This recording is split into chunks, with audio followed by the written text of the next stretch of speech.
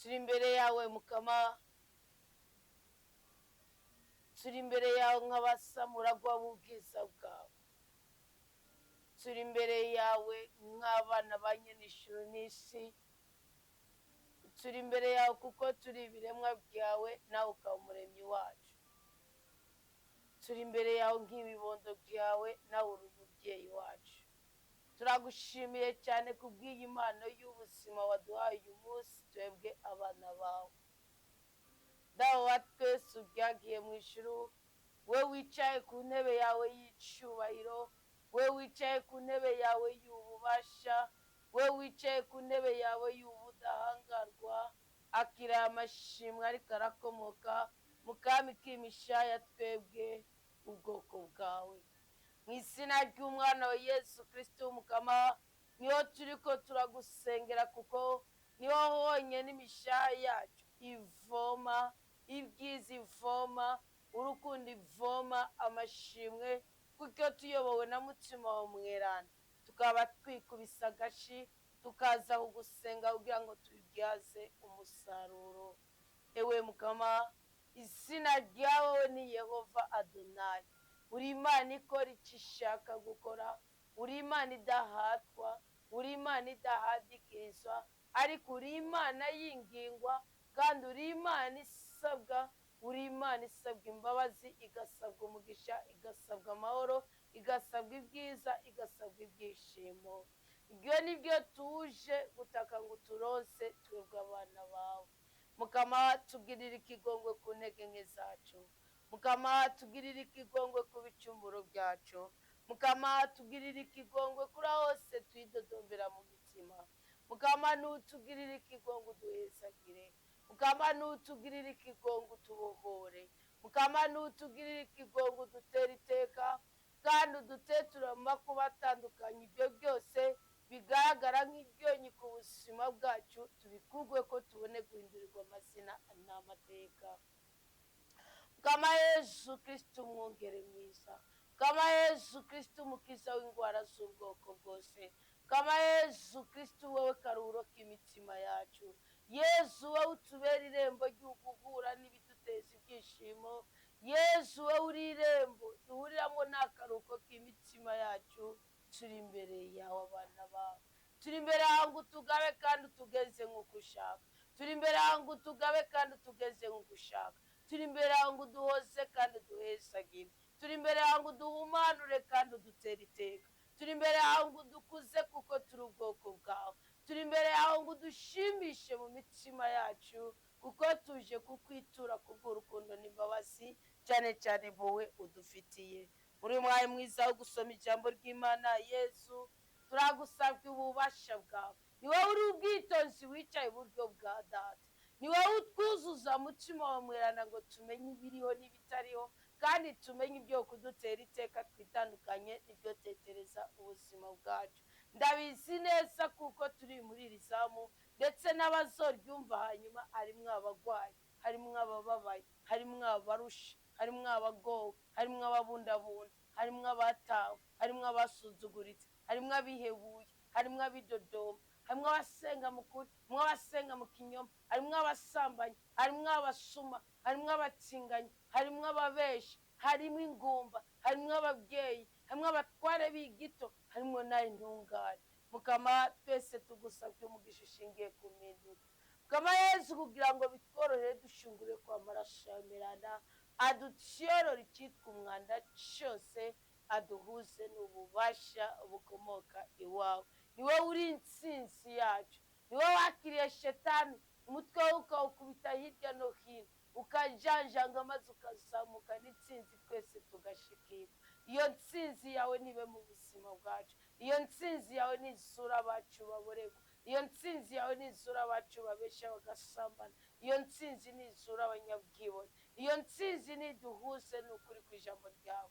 Yesu, ntukemere ko tumaramara mu byo dukora byose, mu byo tugusaba byose.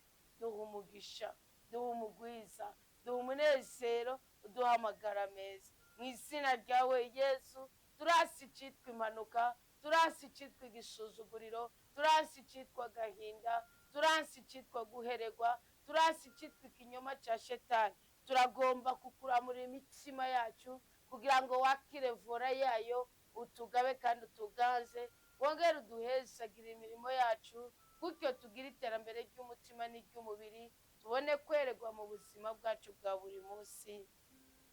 Amen.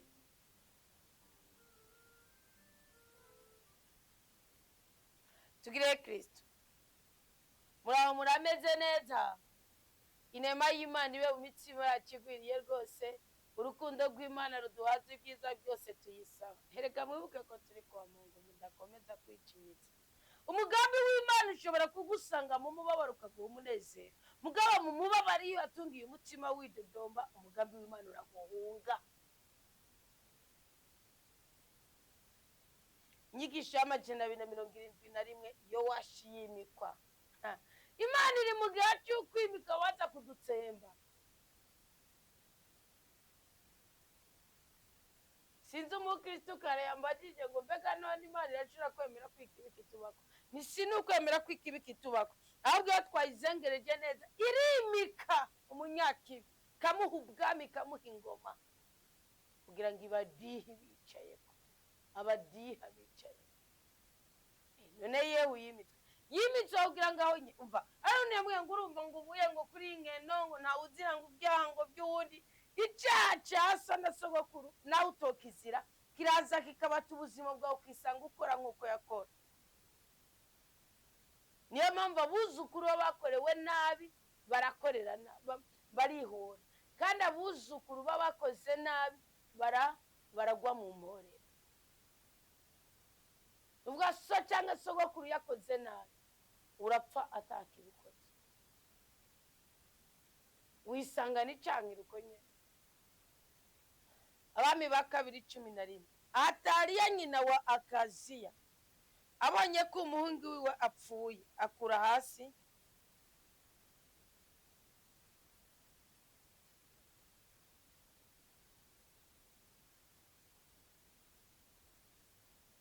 ahonya urubyaro rwose rwo mu nda y'ingoma. Ariko Yehoshebahi umukobwa w'umwami Yehoramu mushiki wa Akaziya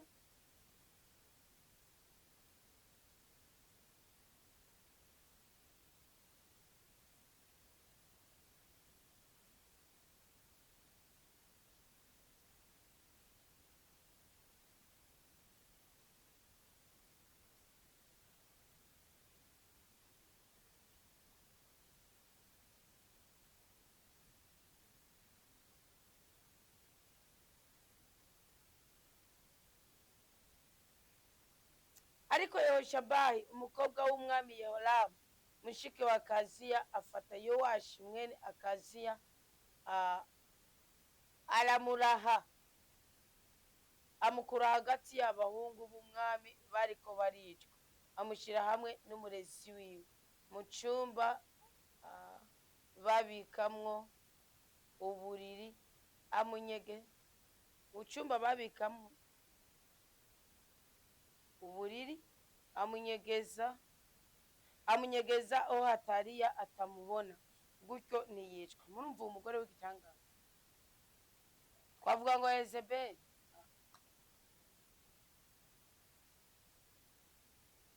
Araheza agumana n'uwo murezi mu ngoro y'umukama, yihisha imyaka 6. Ataliya nawe ariwe aganza igihugu. Mu mwaka ugira 7 Yehoyada atuma abagenda guhamagara abakuru b'imigwi 100 mu bacangero b'ikari no mu barinzi, bamuzanira mu ngoro y'umukama. Araheza yungana nabo isezerano, abarahiza mu ngoro y'umukama, aca abereka umuhungu w'umwami. Arabategeka avuga ati, ngiki icyo mutegerezwa gukora. Icya gatatu cyo muri mwebwe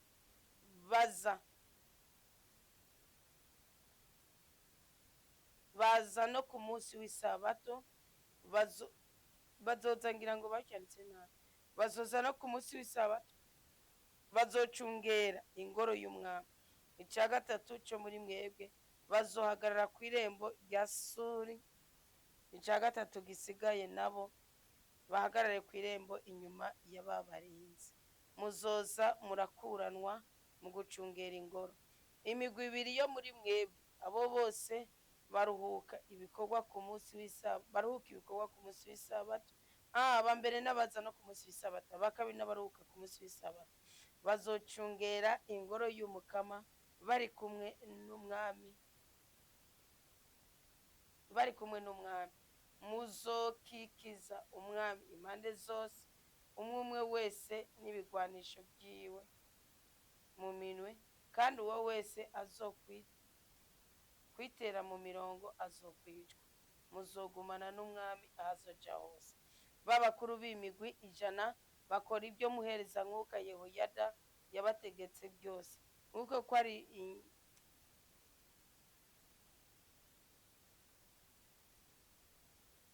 Imana iriko irakora gusuma uko umwami ariko arakora. Umwamikazi yiyimitse abanje gushesha amaraso. Hanyuma umuntu wese ahitana abantu biwe, abakora ku munsi w'isabato hamwe n'abaruhuka ku munsi w'isabato, bagenda aho umuherezankuka Yehoyada yarari. Uwo muherezankuka aha bakuru b'imigwi 100 amacumu n'inkinzo byasizwe n'umwami Dawudi, byari bisanzwe biri mu ngoro y'umukama, harimo icishe Goliyati. Abarinzi umwe wese n'ibigwanisho vyiwe mu minwe, bahagarara kuva ku ruhande rw'iburyo rw'ingoro gushika ku ruhande rw'ibubafu rw'ingoro, iruhande y'uruhimbi n'iruhande y'ingoro, bakikije umwami. Yehoyada aca asohora umuhungu w'umwami, amwambika urugori, amushikiriza amategeko. Bamugira umwami, baraheza bamusiga amavuta, bamukomera amashi, bavuga bati umwami nahangame. Hataliya yumvise urwamo rw'abarinzi n'urw'igihugu, aca agenda iyo abantu bari mu ngoro y'umukama. Araraba abona umwami ahagaze ku kigwa nk'uko umugenzo wabitegekanya. Abakuru n'abavuza inzamba bari iruhande y'umwami. Abantu bose bo mu gihugu bari mu gahimbare kandi bavuza inzamba. Ataliya aca yitaburira ko impuzu, arasemerera ati umugararizo, umugararizo. Umuherezankuka Yehoyada ategeka abakuru b'imigwi 100 batwara ingabo, ababwira ati nimumusohore mumukure mu ngoro ave mu mirongo, kandi uwumukurikira wese bamwicishe inkota. Nkako umuherezankuka yari yavuze ati ntazokwicirwe mu ngoro y'umukama. Bata mu minwe ya Ataliya, ariko arinjira mu ngoro y'umwami aciye ku irembo ry'amafarasi, aca yicirwa aho nyene. Yehoyada yunga isezerano hagati y'umukama umwami n'igihugu, yuko ico gihugu kibaye ic'umukama. Yunga kandi isezerano hagati y'umwami n'igihugu. Abantu bose bo mu gihugu binjira mu ngoro y'ikigirwamana citwa Bahali, barayisenyura, bamenagura impimbi zayo n'ibishusho vyayo, babica ubunywenywe. Matani nawe umuherezankuka w'ikigirwamana citwa Bahali, bamwicira imbere y'izo mpimbi. Umuherezankuka Yehoyada agena abarinzi b'ingoro y'umukama, afata abakuru b'imigwi 100, abacangero b'ikari, abarinzi n'abantu bose bo mu gihugu, bamanukana umwami Yowashi, bamuvana mu ngoro y'umukama, bamujana mu ngoro y'umwami baciye ku irembo ry'abarinzi. Araheza yicara ku ntebe yagenewe abami. Abantu bose bo mu gihugu barahimbagwa, igisagara kiratekana. Ataliya we bari bamwicishije inkota mu ngoro y'umwami. Ijisho ku rindi, iryinyo ku rindi, umugere ku wundi, ngumu ku yindi. Uwicisha inkota yicwe nayo, uwicisha uburozi yicwe nabwo, uwicisha ururimi yicwe nabwo, uwicisha amanyama yicwe nabwo. Yowashi aba umwami w'Ubuyuda. Yowashi yari amaze imyaka 7 igihe yaba umwami. Manase ni 12, Yowashi ni 7. Ari mu mwaka ugira 7 Yehu ari ku ngoma. igihe yowashi yaba umwami aganza imyaka 40 ab'i Yerusalemu. Nyina we yitwa Tsibeya w'i Berisheba. Yowashi akora ibitunganye mu maso y'Umukama ubuzima bwiwe bwose, kuko umuherezankúka Yehoyada yabimwigisha. Ariko mwumve, mwaza ngo nunu byagwakanga avuye kuri Dawudi.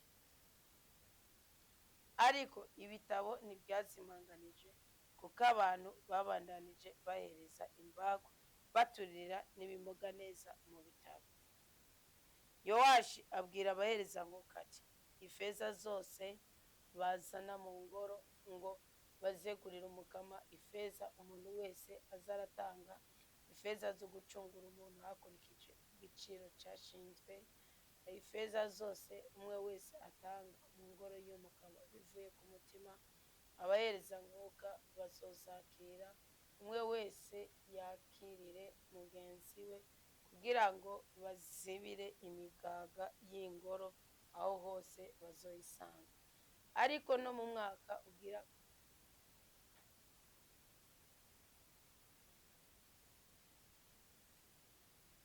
ariko no mu mwaka ugira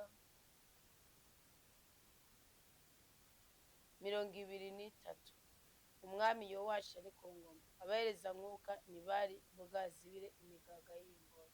Umwami Yowashi ahamagara umuherezankúka Yehoyada n'abandi baherezankúka babwira ati, ni kuki mutaziba imigaga y'ingoro? Kuva ubu rero ntimuzosubire kwakira ifeza bagenzi banyu, kuko mwategerezwa kuzitanga ngo bazibire imigaga y'ingoro. Abaherezankúka baremera ko batazosubira kwakira ifeza ivuye mu bantu batari buzibire imigaga y'ingoro. Umuherezankúka Yehoyada afata isanduku, aca intoboro mu mupfundikizo wayo, aritereka iruhande y'uruhimbi amaja iburyo, aho abantu baca mu kwinjira mu ngoro y'Umukama. Uko umuntu yinjira mu ngoro y'Umukama, niko abaherezankúka bacungera umuryango baza baratereramwo ifeza zose bazanye mu ngoro y'Umukama. Bamaze kubona ko ifeza zabaye nyinshi mu isanduku, umwanditsi w'umwami hamwe n'umuherezankúka mukuru baraduga bakegeranya bagaharura ifeza zari mu ngoro y'Umukama. Baca bashikiriza izo feza zaharuwe mu minwe y'abarangura ibikorwa bagacungera ingoro y'Umukama, nabo bakayashira ababaza ibiti n'abubatsi bakora kuri iyo ngoro n'abubaka impome n'abasatuzi b'amabuye y'Umukama, bongere bagure n'ibikenewe byose ngo basanure ingoro. Ariko ntibigeze bakorera ingoro y'Umukama imibehe y'ifeza, ibikeruzo, ibipawa, inzamba, abe n'igikoresho na kimwe c'inzahabu canke igikoresho na kimwe c'ifeza bivuye mu ifeza bazana mu ngoro y'Umukama. Nkako izo feza baziha abakora ibikorwa, nabo bakazikoresha mu gusanura ingoro y'Umukama wabo. Ibi n'aba tuba tubakeneye. Abashikirizwa izo feza, murumva ko atanamwe adakenewe Yehoyada. Abashikirizwa izo feza mu minwe ngo bazihe abakora ibikorwa, ntawigera babaza ukuntu bazikoresheje, uko bakorana ubutumwa.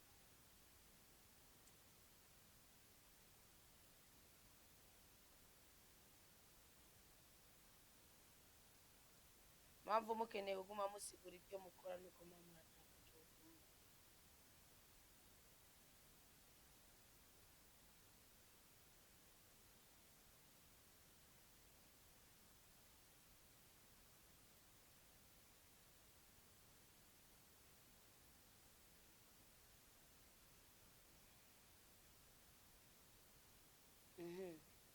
Ifeza y'imperezwa y'icuri n'ifeza y'impongano y'igicumuro ntizajanwa mu ngoro zari z'abaherezankúka.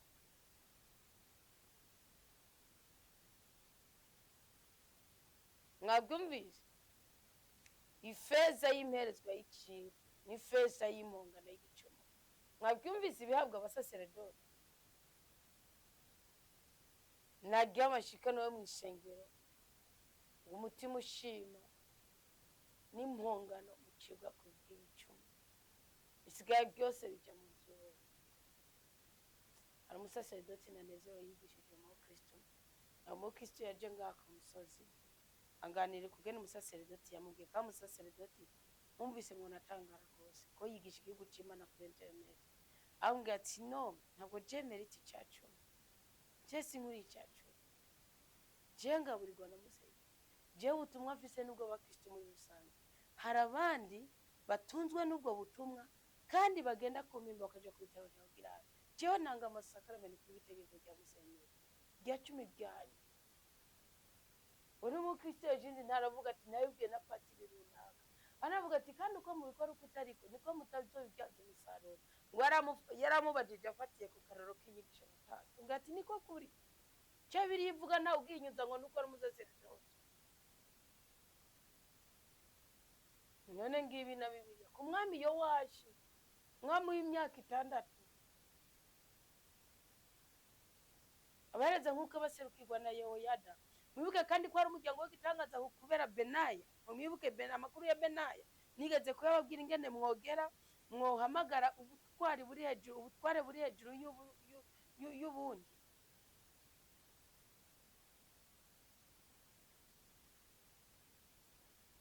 Nuvu ari inzu y'ububiko, iyo nzu ibitswemo ukuri kw'ijambo ry'Imana, ikabikwamwo ubutunzi bwanyu. Kristo yavuze ati hahandi umuswa utagera. Nico gituma abo bantu nimwitamo muri bo, kuko niyo mubishe niyo mubagiriye nabi, maraso yabo arabaherekeza kandi biba bukwi na bukwi. No kubabwira nabi kirazira. Yerobowamu yamubwiye namutungira urutoki ukuboko kurahita. Nubwo nuko abahanuzi bo batisobanukiwe, ubundi mu bahanuzi Imana yigaragaza bukwi na bukwi. Murazi ko mu kigore cya 20 yabwiye umuntu yamubwiye ati wowe ushimura umunyakanyuma ndazaba abari Babyloni bose ab'Isirayeli mu minsi uzowera ko kuri guhanura arenganya arahoye. Hanani bisigura ko mukwiye kumenya ukuri kandi kuri kuzobatura kubagira bitegeka. Abisigaye byose n'ukwerekana. No kuvuga niba ko bakaparuwasi terera, yo ni interano sidini si cyacu. Namba bakeneye amahositiya, bakeneye intebe, bakeneye umuvinyo wo musengera terera, bakeneye musaraba terera, bakeneye isanamuntu akaterera. Ngiyo si cyicu.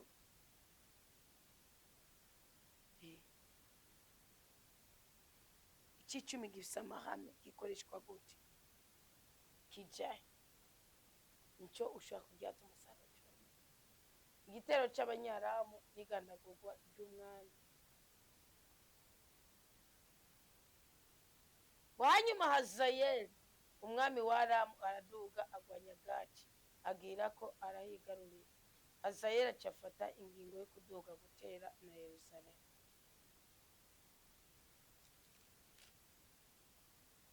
Yowashi umwami w'Ubuyuda afata ibikoresho byeguriwe umukama byose Yozafati, Yehoramu na Akaziya basekuru biwe n'abami b'Ubuyuda bari bareguriye umukama, hamwe n'ibikoresho wenyene yari yaramweguriye.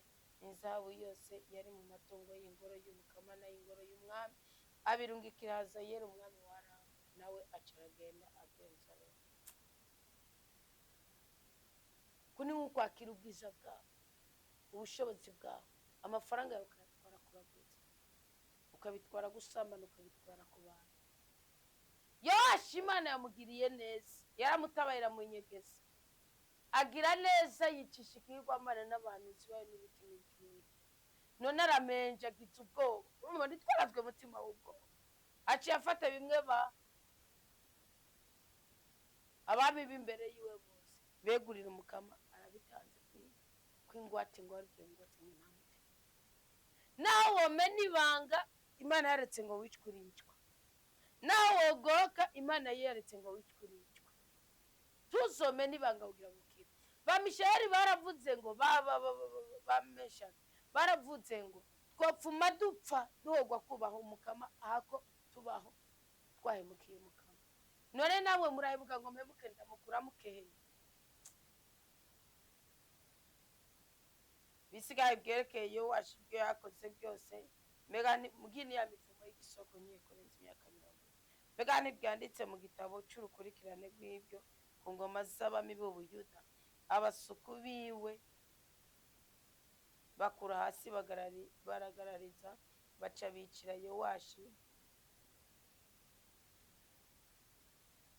bicira yowashi i betelemiro ku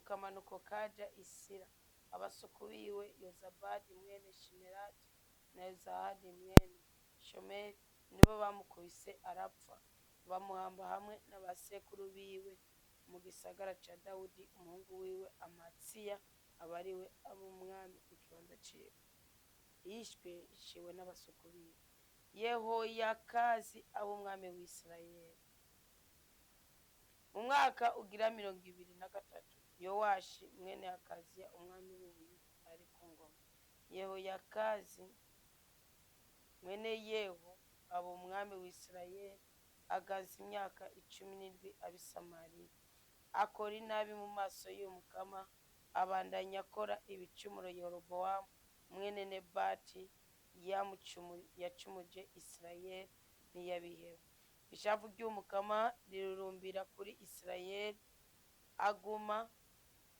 abata mu minwe ya Hazayeli umwami wa Aramu no mu minwe ya Beni-Hadadi mwene Hazayeli igihe cyose ariko Yehoyakazi atakambira umukama ngo aturure nawe aramwumvira kuko yari yabonye agacinyizo Isirayeli igirirwa nkako umwami wa Aramu yarabacinyiza umukama utakamba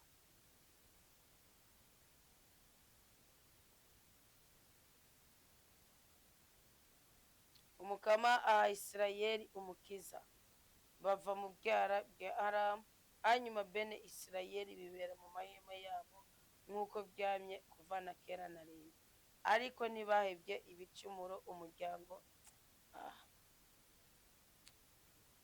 ibicumuro y'ibintu abantu batsindanye na mugabo wacumuje Isirayeli babigumamwo mbere ikigirwamana citwa Ashera cagumye gishinze i Samariya nta n'umwe yarokotse kwa Yehoyakazi kiretse abagwanira ku mafarasi 50 imikogote 10 n'abagwanira hasi 10,000 kuko umwami wa Aramu yari yarabatikije abagira nk'umukungugu bahonyanga ibisigaye byerekeye Yehoyakazi ibyo yakoze byose mbega ntibyanditse mu gitabo cy'urukurikirane rw'ibyo ku ngoma z'abami b'Isirayeli Yehoyakazi ahambya abasekuru bamuvuba i Samariya umuhungu wiwe Yowashi aba ari we aba umwami mu kibanza ciwe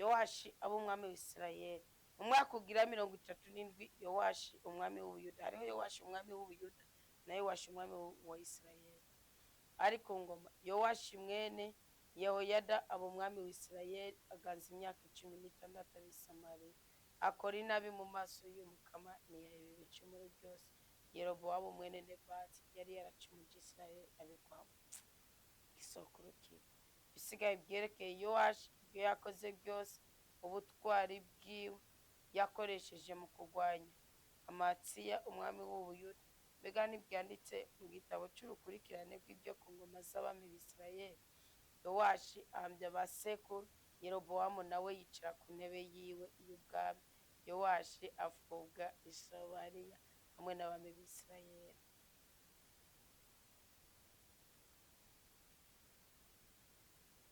urupfu rwaheretse